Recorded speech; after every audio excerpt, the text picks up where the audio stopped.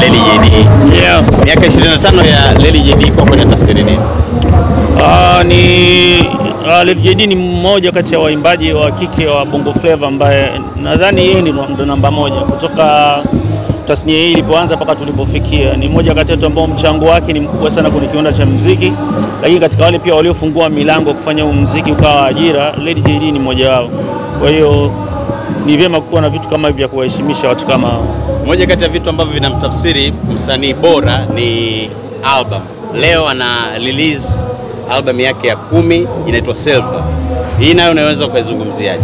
Nampongeza kwa sababu album 10 sio mchezo. Kutengeneza nyimbo ukafanya album 10 anastahili pongezi, sio kitu kirahisi hata kidogo. Kwenye album hizo 10 ni album gani kwako ni bora ya muda wote?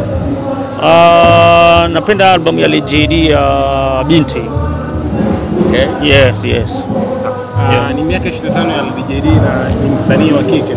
Kuna wasanii wengi wa kike ambao walikuja kwenye game wamefanya muziki wakaondoka, ila Lely JD amekuwa ni msanii ambaye amedumu zaidi ya miaka 20 kwenye game.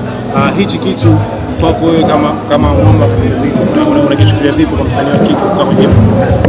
Sio kitu rahisi, nadhani waliomuita jina la Komando hakukosea. Hapo katikati kuna vitu vingi sana, lakini bado amesimama na ameendelea.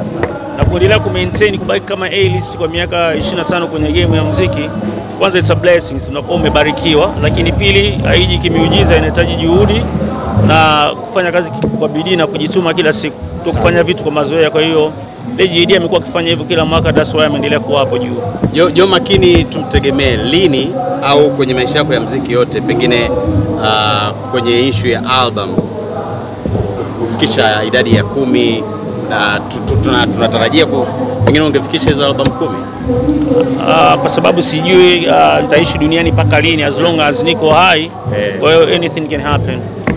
Joh, umerelease ni moja watu ambao wameshirikishwa kwenye ngoma ya Oscar. Kuna maneno mengi ambayo amezungumza sana. Kwa nini Joh amefanya kazi na Oscar? Yale maneno wewe umeyachukulia vipi? Na ni kitu gani ambacho unaweza kuambia watu ambao walikuwa wanazungumza baada ya kufanya kazi na Oscar? Watu wengi nafikiri tu wamekuwa Oscar amewa surprise watu wengi hawakutarajia. Lakini siwezi kumtetea, atajitetea yeye mwenyewe kwa sababu mimi naamini ana vitu vingi na ana kitu ndani yake, ndio maana nikashiriki kufanya. Na ni mtu ambaye ana nyimbo nyingi, sio zile tu ambazo watu wamesikia. Kwa hiyo alipofanya ile watu wameona kama ameleta rubber jokes au masiara fulani, lakini kadri ambavyo ataendelea kufanya kazi zaidi, nafikiri ataprove kitu kwa watu. Naamini ana kitu, watu wampe nafasi, watu wasimponde, wampe nafasi. Pengine ni msanii ambaye hujali ukubwa wa mtu kwenye kufanya naye kazi. Wewe unafanya kazi na mtu wote ambaye anakuletea kazi nzuri, ama hii tuiweke vipi? Mimi kama muziki nimeufeel na msanii na mfeel na naona tuna chemistry, tunafanya kazi, that's it.